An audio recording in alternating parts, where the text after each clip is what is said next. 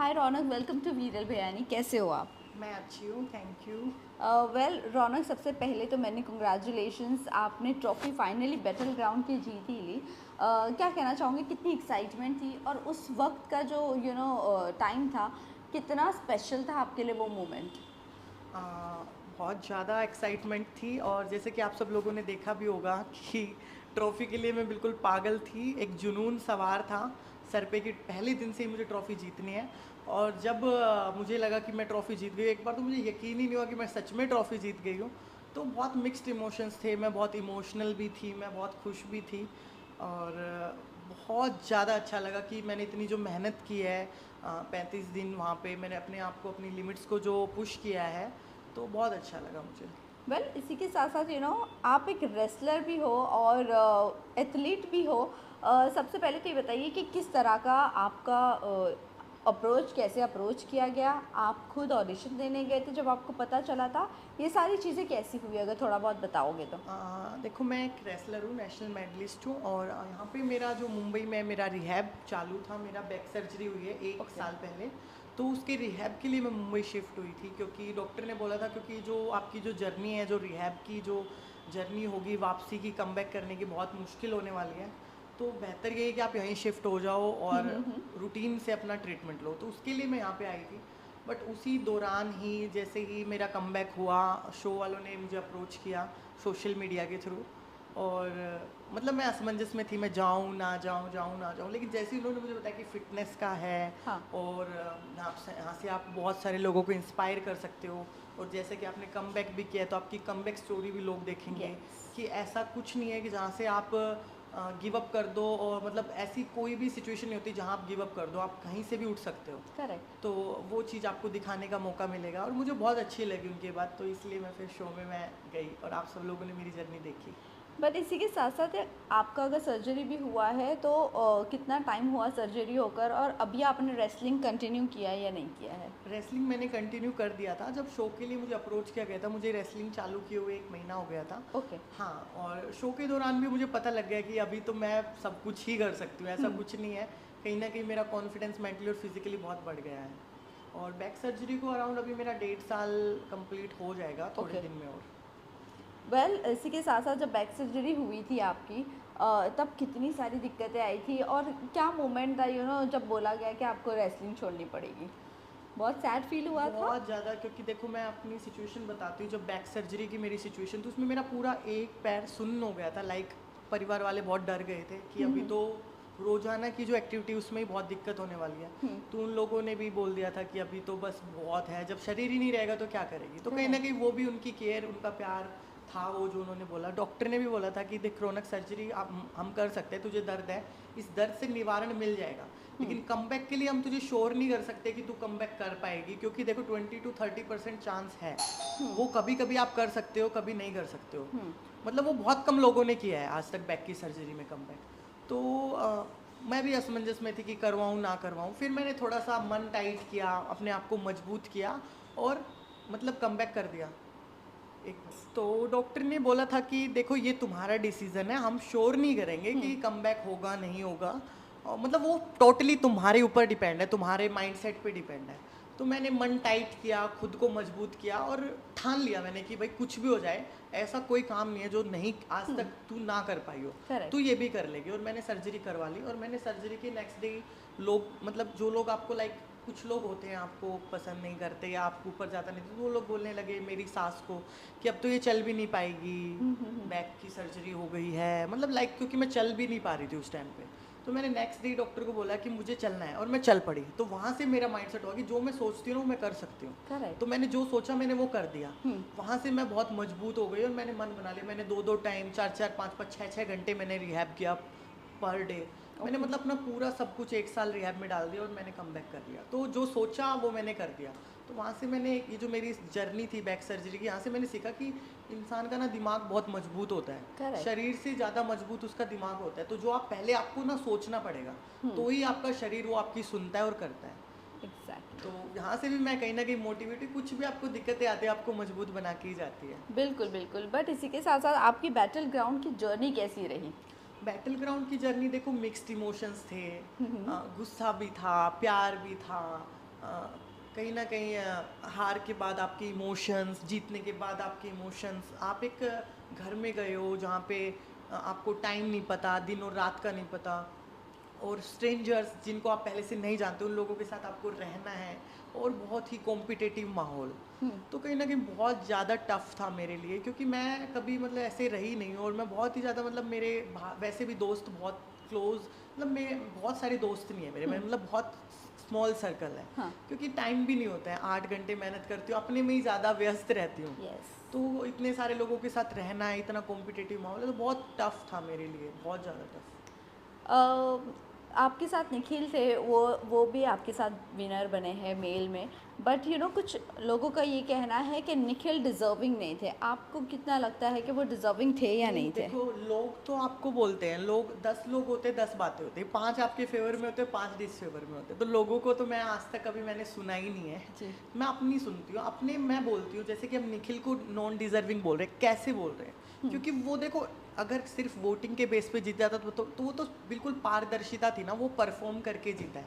तो जब इंसान की भूख उसको, उसकी भूख ने उसको जिताया है, नहीं तो बराबर था, बोल था, टास्क था वो, हुँ, तो वो दूसरे वाला भी जीत सकता था। तो दूसरे वाले जो 5 लोग उसको नॉन डिजर्विंग बोल रहे हैं, वो उसको भी बोलते, हुँ, हुँ, राजा को भी बोलते, अंकुल होता अंकुल को भी बोलते। तो कुछ तो लोग कहेंगे, लोगों को काम है कहना, तो वो नहीं यस, सुनते, जो जीता है वही डिजर्विंग है ना। करेक्ट। आपके कुछ कंटेस्टेंट्स के साथ आर्ग्यूमेंट, हीटेड आर्ग्यूमेंट भी हो गई थी। अब उस कंटेस्टेंट के बारे में क्या थॉट है आपका? देखो, मैं ना बातें पकड़ के नहीं रखती जी। हूँ, घर में था, माहौल था, देखो अपने घर में भी बहन भाई होते हैं, हमारी लड़ाइयाँ होती हैं, खूब लड़ाई होती है, बचपन में खूब लड़ाइयाँ की है। तो घर में बर्तन होते हैं, खनकते हैं हुँ, बर्तन, हुँ, तो वैसे ही वो घर था, वहाँ पे बस फ़र्क इतना था कि वो स्ट्रेंजर्स थे। तो हुँ, एंड ऑफ द डे मतलब किसी के लिए मेरे दिल में कोई ग्रजेस नहीं था। जी। मेरा नेचर है, अगर मेरा किसी से झगड़ा हुआ और 2 मिनट वो मुझसे प्यार से आके बात कर ले, तो मैं सब चीज़ें भूल जाती हूँ। हुँ, हुँ, लाइक मेरे को सिर्फ उसका प्यार याद रहता है, वो गुस्से वाले पॉइंट्स क्या बोला क्या नहीं सब भूल जाता। तो वही चीज़ जो मैं घर में जो है ना, सब नेगेटिविटी, सब गुस्सा, सब ग्रजेस, सब दुश्मनी वहीं उसी घर में छोड़ के आई हूँ। That's great. ऑल्सो अभिषेक मल्हान की टीम के थे आप, और वो आपके मेंटोर रहे हैं। कहीं न कहीं आप आप खुशनसीब अपने आप को समझते हो कि एक पॉजिटिव इंसान के आप टीम में थे? बिल्कुल, मैं बहुत खुशनसीब समझती हूँ खुद को, और मैं चाहती भी थी कि मैं उनकी टीम में जाऊँ, क्योंकि मैं उनकी काफ़ी पहले से फ़ैन भी हूँ। As a oh! फ़ैन भी मैं उनको, मतलब जैसे वो रहते हैं, जी। जैसे वो बोलते हैं, जैसे उस सिचुएशन को कामली हैंडल कर हुँ, लेते हैं। मैंने देखा यार, मतलब इतना ज़िंदा दिल इंसान है, इतना शांत इंसान है वो, कि दूसरा इंसान उनको एक लेवल पे पोक कर रहा है, लेकिन वो इतने कामली उनको आंसर कर रहे हैं, इतना कामली सिचुएशन हैंडल कर रहे हैं। यहाँ तक कि मेरे को भी समझाने की बात आई, तो मतलब किसी को बिना बुरा लगे वो ऐसी बातें बोल देते हैं कि उनको मारने का मन करता है। जी। लाइक एग्रेशन वाली बात पे भी, जो वो फिजिकल वाली चीज़ें हुई थी, तो उन्होंने समझाया, मेरे लिए स्टैंड लिया, हुँ, और हुँ, मुझे समझा कि भाई ये इसके अंदर भूख है, एग्रेशन है, इसकी गलती नहीं है।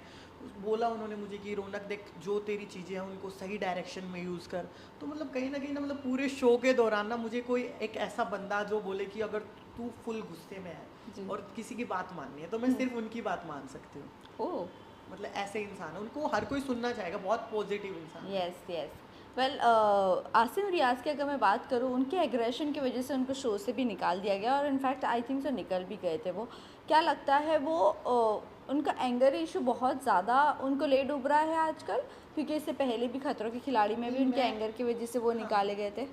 हाँ राइट, खतरों के खिलाड़ी में भी उनको वो चले यस। गए थे। नहीं, एंगर इशू नहीं, एंगर इश्यूज तो नहीं है उनमें, एंगर इश्यूज नहीं है, लाइक उनके अंदर, लाइक उनको एक सेटिस्फेक्शन आ गया है कि मेरे हुँ, पास बहुत है। तो कहीं ना कहीं मतलब इंसान में ना कुछ चीज़ें इंसान को बहुत मिल जाती हैं, तो हुँ, कहीं ना कहीं वो एक उस चीज़ को ना, मतलब वैसे तो वो बहुत अच्छे इंसान है, हुँ, हुँ, बहुत हुँ। मोटिवेट भी करते हैं, बट उनमें एक ये चीज़ आ गई कि यार तेरे पास बहुत कुछ है, तू है, लाइक मैं अगर किसी में आ जाता है, लाइक उनके अंदर गुरूर। मैं आ गया है, लाइक जी। मैं ये हूँ, मैं वो, मतलब लाइक मैं भी कल को अगर ये करूँगी, मैं, तो कहीं ना कहीं मैं भी नीचे जा सकती हूँ। तो कहीं ना कहीं वो भी घर में जाके सोचते होंगे कि तुमने मैं में, क्योंकि कई बार मैं भी, जैसे कई बार चीज़ें मैं कर दी, मैंने कुछ बोल दी, तो एंड ऑफ द डे आप जब सोते हो ना तो आप सोचते हो उस चीज़ को जी। कि यार ये तो तूने कहीं ना कहीं गलत किया। तो मुझे लगता है कि वो इंसान बहुत अच्छे हैं, क्योंकि इंसान अच्छे नहीं होते और मेहनती नहीं होते तो वो इस लेवल पे पहुंच ही नहीं पाते। मैं तो ये मानती हूँ, अगर किसी लेवल पे कोई इंसान पहुंचा है तो मैं उनकी सक्सेस की बहुत रिस्पेक्ट करती हूँ कि वो ऐसे तो नहीं पहुंचे जी। होंगे, बट वो एक स्टेज पे आके ना उनको वो चीज़ आ गई कि मैं तो अगर वो चीज़ उनकी निकाल देना तो मतलब उनको ना मतलब वो पैकेज है। स्टाइल देख लो उनका, वो कैसे मोटिवेट करते जी। हैं, बोलते हैं, कैसे रहते हैं, हर चीज़ उनमें परफेक्ट है। बस वो मैं को निकाल दे दो। उनकी सेशन हुई थी अभिषेक के साथ, और पहले तो कहा गया था कि अभिषेक निकल रहे हैं शो से, और फिर बाद में आई थिंक सो कमबैक भी किया था उन्होंने। क्या लगता है इस पूरे मामले में जो कुछ भी हुआ था, किसकी गलती आपको लग रही थी? आसिम की ही लग रही थी या अभिषेक की भी थी? देखो जब हम गए थे ना हाउस में एंटर हुए जी। थे तो उस टाइम पे झगड़ा चालू ही था, ओके। तो हमें पूरा मैटर नहीं पता कि शुरुआत कहाँ से हुई थी। तो कहीं ना कहीं मैं तो ये मानती हूँ कि कोई भी झगड़ा शुरू होता है ना तो ताली दोनों हाथ से बजती है। फर्क इतना है कि ताली की आवाज़ एक तरफ से ज़्यादा होती है, एक तरफ से कम होती है। ताली हमेशा दोनों हाथों से। तो जब भी कोई आर्ग्यूमेंट स्टार्ट होता है तो गलती दोनों की ही होती है जी। बस। लेकिन आर्ग्यूमेंट में लिमिट किसने क्रॉस की वो देखने की चीज़ होती है। तो कहीं ना कहीं वो चीज़ मैंने देखी, जो कि लिमिट जो क्रॉस की थी वो आसिम रियाज ने ही की थी, क्योंकि वो काफ़ी चीज़ें ऐसी बोल देते हैं जो कि शायद दूसरे इंसान के लिए बहुत हर्टिंग हो सकती हैं और कहीं ना कहीं बहुत ट्रिगर कर सकती है उसको। और सुनने में भी, जैसे कि आप तीसरा बंदा है, कोई भी उसको बात भी नहीं पता, लेकिन आप सिर्फ आसिम रियाज को सुनोगे तो उनको ये लगेगा कि यार ये ऐसे क्यों बोल रहे हैं, वाई वाई, मतलब ऐसा वो सोचेंगे। तो बस यही था, मतलब मुझे पहले का क्या हुआ वो नहीं पता, लेकिन मेरे घर में जैसे कि तुमने देखा दोनों का बहुत झगड़ा हो रहा है, वो उनको कुछ बोल रहे हैं, वो उनको कुछ बोल रहे हैं। हाँ। लेकिन मैंने अभिषेक में क्वालिटी देखी, मतलब अभिषेक भाई में क्वालिटी देखी फुकरा इंसान में, कि वो थोड़ा सा शांति से ही जवाब देते हैं, हंस भी देते हैं वो बीच हाँ। बीच में। हाँ। तो वो कोशिश करते हैं कि कुछ चीज़ें सही हो जाएं। और वही जो आसिम रियाज है उनका नेचर थोड़ा सा अलग है, वो है भी एग्रेसिव, क्योंकि वो आई थिंक वो वर्कआउट भी बहुत करते हाँ। हैं और कहीं ना कहीं वो उनका नेचर भी है एग्रेशन वाला। तो वो जो जो चीज़ें वो बोलते हैं ना, तो वो चीज़ें अगर वो ना, मतलब मान लो उन्होंने सही भी चीज़ बोली होगी, वो जिस तरीके से बोलते हैं ना तो वो बहुत अलग गलत हो साउंड करती जाती है, है, गलत yes। साउंड करती है। वेल शेखर धवन थे शो के मेंटोर, और क्या कहना चाहोगे उनसे? क्या कुछ सीखा और क्या कुछ सीख मिली उनसे वो आपको? तो हमारे शो के गब्बर थे और उनसे तो मतलब वो तो फुल मोटिवेशनल, उनको देख के तो मोटिवेशन इतना आ जाता है, क्योंकि जब भी वो आते थे ना मेरे को ये था कि आज तो बस फाड़ देना टास्क में, शिखर धवन सर आए हैं। तो मतलब मन में आता था उनको देख के कि आज तो शिखर धवन सर आए, फाड़ देंगे। बहुत मोटिवेट, मतलब उनकी स्टोरी भी काफ़ी इंस्पायर करती है, जैसे वो बोलते हैं और जितना वो कामली रहते हैं, सभी मेंटर्स को साथ लेके चलना, कोई कैसी भी सिचुएशन हो उसको हैंडल कर लेना। तो मुझे पर्सनली बहुत अच्छे इंसान लगे, down to earth, very down to earth. कुछ सीख मिली उनसे? उन्होंने कुछ गाइड किया इस जर्नी के उन्होंने मुझे दौरान या देखो, आगे आगे की जर्नी के लिए? हाँ उन्होंने मुझे, जैसे वो जब एग्रेशन और फिजिकल वायलेंस वाली बात हुई जी। थी तो उन्होंने मुझे समझाया कि देखो रौनक, आपको लोग ऐसे मिलते ही रहेंगे, आपको अपने एग्रेशन को सही चैनलाइज करना है, आपको अपने गुस्से को सही जगह दिखाना है। अभी टास्क में दिखाओ, पावर प्ले में दिखाओ, और मतलब अपने आप को शांत रहो। आगे से कोई पहल कर रहा है लेकिन आपको वो चीज़ नहीं करनी, आपको अपने एग्रेशन को सही डायरेक्शन में लगाना है। और मेरे को वो बात, और यहाँ भी नहीं शो से बाहर भी, एक तो मुझे उनकी ये बात ना बहुत अच्छी लगी जिस तरीके से उन्होंने मुझे समझाया, और आगे मैंने सब टास्क में वो चीज़ें यूज़ की। मैंने सोचा जाने से पहले कि हाँ अभी मुझे किसने क्या बोला था, क्या बोला था, और जाके फुल एग्रेशन में वो टास्क मैंने किया और आपने देखा ही होगा बहुत अच्छा किया। यस। रुबीना दिलैक के बारे में क्या कहना है आपको, उनको लेकर? रुबीना दिलैक तो लाइक का मदर, मतलब उनको देख के तो सेट पे ऐसे ऐसी फीलिंग आती थी जैसे माँ आ गई हो। ओह। क्योंकि वो देखो सबके लिए खाना लेके आती, कुछ ना कुछ अपने लिए भी लाती थी, उसमें से भी सबको खिला देती थी। तो ऐसे तो माँ ही करती है कि अपना खाना भी बच्चों को खिला दे, बहुत काइंड है। और सबसे ज़्यादा तो मुझे ये रहता था रुबीना मैम आज पहन के क्या आने वाली है। ओह, एक्साइटमेंट हाँ मतलब एक्साइटमेंट रहती थी यार, मतलब लुक, क्योंकि मुझे बड़ा शौक है पहनने ओढ़ने का, मुझे भी पर्सनली बहुत शौक है। तो मुझे बड़ा एक्साइटमेंट रहती है कि आज रुबीना मैम क्या पहन के आएगी, देखूंगी। तो मतलब बड़ी स्टाइलिश हैं।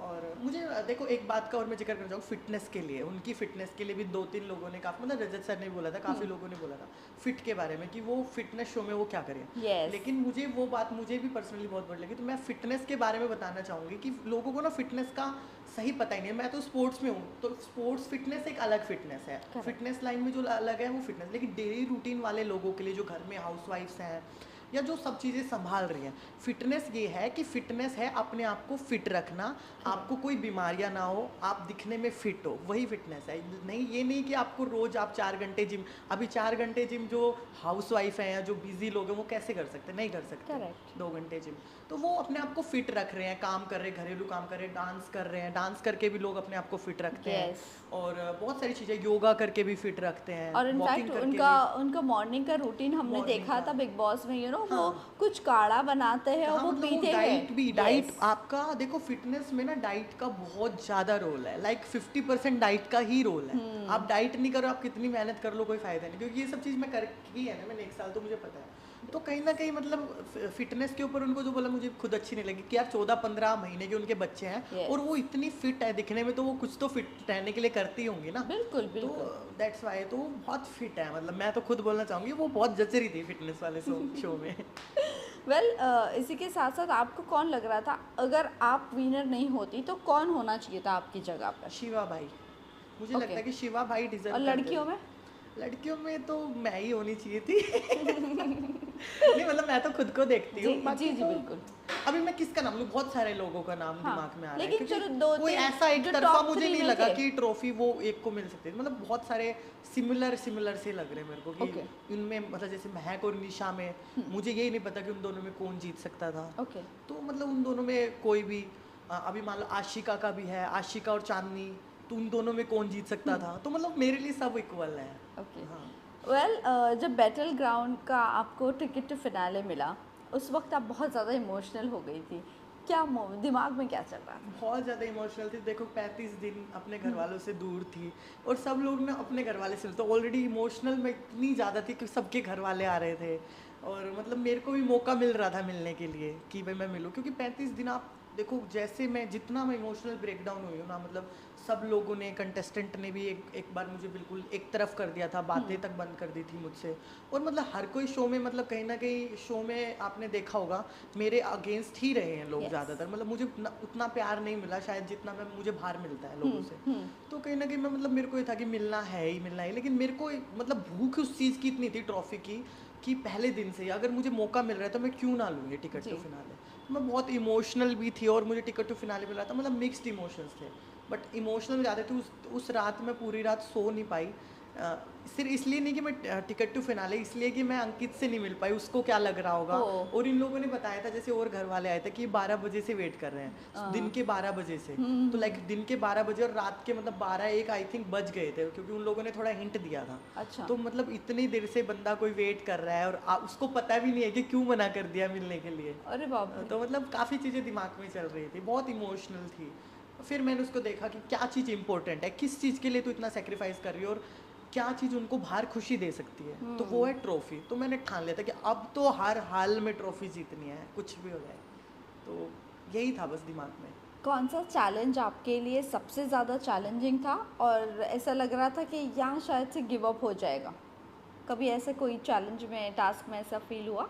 देखो, सब गिव अप वाला तो मेरे में किसी में भी नहीं मैंने सोचा था कि मैं गिव अप करूँगी। मुझे ये था कि 100 to 200% देना है, और मतलब स्टार्ट से ही माइंड सेट ये बना के जाती थी कि फर्स्ट आना है, फर्स्ट आना है, फर्स्ट आना है और ट्रॉफी जीतना है कैसे भी करके। मतलब लास्ट में जाने से पहले भी मैं 10 बार खुद को बोलती थी, क्योंकि मैं इस चीज़ में ना अभी से, जो जैसी बैक सर्जरी वाली जर्नी है, यहाँ से मैं बहुत बिलीव करने लग गई कि दिमाग आपकी सुनता है, आप जो बोलोगे वो सुनता है। Correct. तो मैं बार बार बोलती थी अपने दिमाग को कि ये जीतना है, ये जीतना है, ये करना है। तो टास्क में जाने से पहले भी मेरे को ये था कि 200% देना है, गिव अप वाला तो कभी भी नहीं आया। और टास्क सबसे ज़्यादा मुश्किल जो मुझे लगा था, वो ये वाला टास्क लगा था, मलखम्ब वाला। मलखम्ब वाला जो लटकने वाला था ना, वो मुझे कहने, क्योंकि मेरे लिए वो बिल्कुल नई चीज़ थी, कभी लाइफ में की नहीं है, और वेट भी काफ़ी ज़्यादा। और दूसरा चीज़ मेरे को ये था कि मुझे पसीना बहुत आता है। अच्छा। तो मलखम्ब में अगर आपको पसीना आ रहा है तो वो आपके लिए मान लो डबल चैलेंजिंग हो गया है। ओह। हाँ, तो वो थोड़ा चैलेंजिंग था मेरे लिए। ओके। इसके साथ साथ आपकी जर्नी, अगर मैं रेसलिंग की जर्नी की मैं बात करूँ, कितनी एज से आपने रेसलिंग की जर्नी शुरू की आपकी? मैंने जो रेसलिंग है, मैंने शादी के बाद स्टार्ट किया, शादी के 1 साल बाद स्टार्ट किया। लाइक 19.5-20 साल की थी मैं तब मैंने स्टार्ट किया। That's an inspiration. हाँ। लोग शादी के बाद कोई भी चीज़ें करने के लिए डरते हैं, और स्पेशली ऐसी स्पोर्ट्स के रिलेटेड, बट आपने ये चीज़ शुरू करी ये आपके हस्बैंड का सपोर्ट था या इन लॉज का सपोर्ट था, क्या था? देखो इन लॉज का तो बिल्कुल सपोर्ट था, हस्बैंड का भी था। अभी मैं थोड़ी सी शॉर्ट स्टोरी बता देती हूँ आपको जी। कैसे मैंने शुरू की। तो मैंने शुरू की कॉलेज से, मैं पढ़ाई में काफ़ी इंटेलिजेंट थी, तो स्पोर्ट्स टीचर ने मुझे बोला था कि भाई रेसलिंग की टीम नहीं है, तू हमारी टीम से चली जा। वहाँ से मैंने स्टार्ट की, मैं जीतती गई ऐसे करके। और फिर मैंने पूछा घर वालों से कि क्या मैं रेसलिंग कर सकती हूँ। हम्म। तो उन्होंने बिना कुछ हिचकिचाए, लाइक मम्मी ने भी, जो मेरी मदर इन लॉ है, मेरे हस्बैंड ने भी बोला तुझे जो करना है वो कर। हम्म। बस मम्मी ने एक बात बोली, बेटा देख पढ़ाई मत छोड़ना, जी। क्योंकि वो खुद भी पढ़े लिखे डॉक्टर है। तो उनको वाह। ये था कि भाई मेरी बहू भी पढ़े अच्छे से, आगे तक पढ़े, उनको ये करेक्ट। था। तो मैंने वो कंटिन्यू रखा, मैंने पढ़ाई भी नहीं छोड़ी, मैं रेसलिंग करती रही। और फिर बीच में ऐसा टाइम आया तो लोग आपकी टांग पकड़ के, गाँव में होता है माहौल कि भाई बहू कच्छा पहनेगी, बहू ये करेगी, बहू रेसलिंग करेगी, मतलब ऐसे लोग उनको हाँ। ताने मारने लगे। बोले, फिर कुछ लोगों ने बोला कुछ नहीं है, 2 दिन के चोचले हैं फिर छोड़ देगी, अच्छा। ऐसा भी बोला। तो वहाँ से मैंने माइंडसेट बना लिया कि अब तो जो मतलब मैंने सपना देख लिया उस टाइम पे, ड्रीम कि अब तो ओलंपिक में मेडल जीत के ही छोड़ना है, उससे पहले नहीं। और वो चीज़ मैंने जिद, एक होती है ना कि आदमी जिद कर लेता है कि बस जिद अंदर से कि करना है चाहे कुछ भी हो जाए, करती गई, मिलता गया, नेशनल मेडलिस्ट हो गई, ओलंपिक के लिए ट्रायल्स दी। बट फिर वो ही है ना कि भगवान आपको इतना बड़ा, आप सपना देख रहे हो, इतना इजीली तो सब कुछ देगा नहीं, करेक्ट। क्योंकि सपना बहुत बड़ा है। तो आपको परीक्षा भी उतनी बड़ी देनी पड़ेगी। तो मुझे काफ़ी इंजरीज भी हुई हैं, मैं उन इंजरी से मैंने रिकवर भी किया। Still I am hard working for that dream. अभी भी मैं उस ड्रीम को, अभी भी मेरे दिमाग में एक पल के लिए भी मतलब ये नहीं आता कि मैं वो ड्रीम छोड़ दूँ। मुझे ये कि बिल्कुल अपना 200% देना है। मुझे कल को अपने बच्चों को ये स्टोरी नहीं सुनानी कि भाई मैंने चोट लगी इसलिए छोड़ दिया, यही कारण था इसलिए छोड़ दिया, इसलिए ओलंपिक में मेडल। मुझे ये सुनाना है कि इतनी सब दिक्कतें आने के बाद भी आपकी मम्मी आप मेडल जीती। करेक्ट। मुझे करेक्ट। सक्सेस स्टोरी सुनानी है, मुझे फेलियर स्टोरी नहीं सुनानी। Wow, that's an inspiration, truly inspiration. But मैं आते आते आपका इंस्टाग्राम देख रही थी, बहुत एक इमोशनल नोट भी मैंने पढ़ा आपके इस पे कि 12 साल की उम्र में आपने आपकी मम्मी को खो दिया था। ये कैसे हुआ और फिर इतनी बड़ी जर्नी आपने कैसे तय किया अकेले? इतनी बड़ी जर्नी, लाइक मम्मी को ब्रेस्ट कैंसर थी। ओके। तो पहले ये था, बच्ची थी मैं तो उस टाइम पे, इतना समझ भी नहीं थी, हॉस्पिटल में ही ज़्यादातर टाइम रहता था। और मतलब ये था कि डॉक्टर बोलते कि मतलब बच जाएंगे, लेकिन वो जी। एकदम से ही चली गई। तो मेरे को कम से कम 1 से 1.5 साल तो रिकवर होने में, सदमे से, क्योंकि आप दूसरे के घर में रह रहे हो, एक आपको माँ का प्यार मिल रहा है, एक आप नाना नानी मामा मामी कितने ही अच्छे हों, लेकिन आप वो माँ की कमी खलती है आपको। एग्जैक्टली। तो 1 से 1.5 साल तो मतलब रोज़ ही उनको याद करके मैं रोती थी। तो बहुत मतलब मेरे लिए वो बहुत टफ़ टाइम था, मतलब मेरी लाइफ का सबसे टफ़ टाइम, क्योंकि मैं अपनी मम्मी के बहुत ज़्यादा क्लोज थी, मतलब बहुत एक्सट्रीमली क्लोज। लाइक मम्मी से ऊपर कुछ नहीं, मम्मी ने बोल दिया ये करना है तो ये करना है, मम्मी ने बोल दिया वो करना है तो वो करना है। मतलब पढ़ाई में भी जैसे उनको होता कि मतलब वो पढ़ाई मुझे बहुत इंस्पायर करती थी कि तुझे बड़ा अफसर बनना है आगे जाके, तुझे नाम रोशन करना है। और वो बोलती थी कि तू तो मेरा, मतलब लाइक मुझे वो कभी लड़की ही नहीं मानती थी। अच्छा। वो मुझे बोलती कि तू तो मेरा शेर बेटा है, लाइक ऐसा करके, तू तो मेरा शेर बेटा है। और उनकी वजह से कहीं ना कहीं मैंने हमेशा ही अच्छा किया है। तो आज भी मैं कहीं भी जाती हूँ, कुछ भी, मतलब ऐसा कोई पल नहीं है, ऐसा कुछ नहीं है कि जब मैं उनको याद नहीं करती। हमेशा मतलब ऐसा लगता है वो मेरे साथ ही है, और दिखने में भी मैं उनके जैसी हूँ। तो मैं जब मिरर में खुद को देखती हूँ तो मुझे लगता है कि वो मुझ में ही है। हाँ, इसीलिए आपका नाम रौनक है। हाँ। मम्मी ने आप में हाँ, बेटा देखा इसीलिए। बेटा, उन्होंने इसलिए मेरा नाम रौनक रखा, लड़कों वाला नाम। बहुत अच्छा। सारे लोग मुझसे पूछते हुए कि भाई जी। तेरा नाम रौनक क्यों। हाँ। मेरा जो राशि में नाम था कुछ और निकला था, बट उन्होंने मेरा नाम रौनक रखा, लड़कों वाला। ओके। हाँ। वेल, अभी अगर मम्मी होती तो मम्मी के क्या मम्मी का रिएक्शन होता कि आप एक ट्रॉफी जीत कर आ रही हो? मम्मी तो बहुत ज़्यादा खुश हो जाती। देखो मेरी सास भी बहुत अच्छी है, वो भी माँ की तरह ही है। Yes yes. लेकिन अगर मेरी मम्मी होती तो मतलब बहुत ज़्यादा खुश होती, और मतलब उनकी खुशी का कोई ठिकाना ही नहीं रहता। वो हर जगह जा जा के बोलती कि मेरी बेटी जीती, मेरी बेटी जीती। तो मतलब वो अलग ही फीलिंग होती है। और अभी भी कहीं ना कहीं से वो मुझे देख ही रही होंगी, आई थिंक, क्योंकि वो इतनी अच्छी थी। मतलब कहीं ना कहीं तो वो होंगी पक्का। मतलब हाँ आज हाँ। भी मुझे लगता है कि कहीं ना कहीं से मुझे ज़रूर देख रही होंगी, वो बहुत खुश हो रही होंगी। और मैं जब भी जैसे कुछ भी करती हूँ तो मुझे ये रहता है कि मतलब वो मुझे हमेशा एक चीज़ बोलती थी कि बेटा मतलब आप ऊपर जाओ, लेकिन किसी को गिरा के ऊपर मत जाना, अपनी मेहनत से ऊपर जाना। तो मैं उनकी कुछ चीज़ें हमेशा अपनी लाइफ में अप्लाई करती हूँ जो मुझे बताती थी। और हर चीज़ में मुझे लगता है कि अभी जैसे हनुमान जी को मैं बहुत ज़्यादा मानती जी। हूँ, और मैं बहुत पूजा करती हूँ उनकी, तो मुझे उनमें वो दिखती हैं तो मैं अपनी माँ को किसी भी चीज़ में, मैं अंकित की माँ में उनको देख लेती हूँ, वो कुछ बोलती है तो कुछ चीज़ें सिमिलर, जैसे कि जो मेरी सास है, जो मेरी मम्मी है, उनमें और उनमें बहुत सारी चीज़ें ना सिमिलर थी। ओके। तो मैं उनमें वो चीज़ें जब वो कुछ बोलती है तो मुझे ऐसा लगता है वही बोल रही है, तो हम्म। वो भी एक ब्लेसिंग है कहीं ना कहीं। Correct correct correct.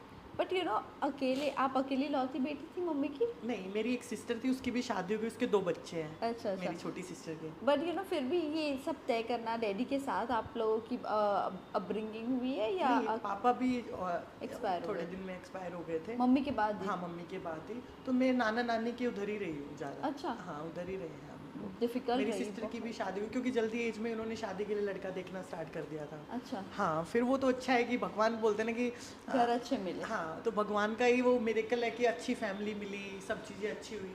स्ट्रगल बहुत किया है, मतलब ऐसा नहीं कि कुछ भी चीज़ें मुझे कभी भी ऐसे नहीं मिली, मतलब मैंने हर नहीं। चीज़ के लिए ऐसे छीनना है, हाँ। छीना है, हर चीज़ के लिए बहुत स्ट्रगल किया है, चाहे वो कुछ भी हो।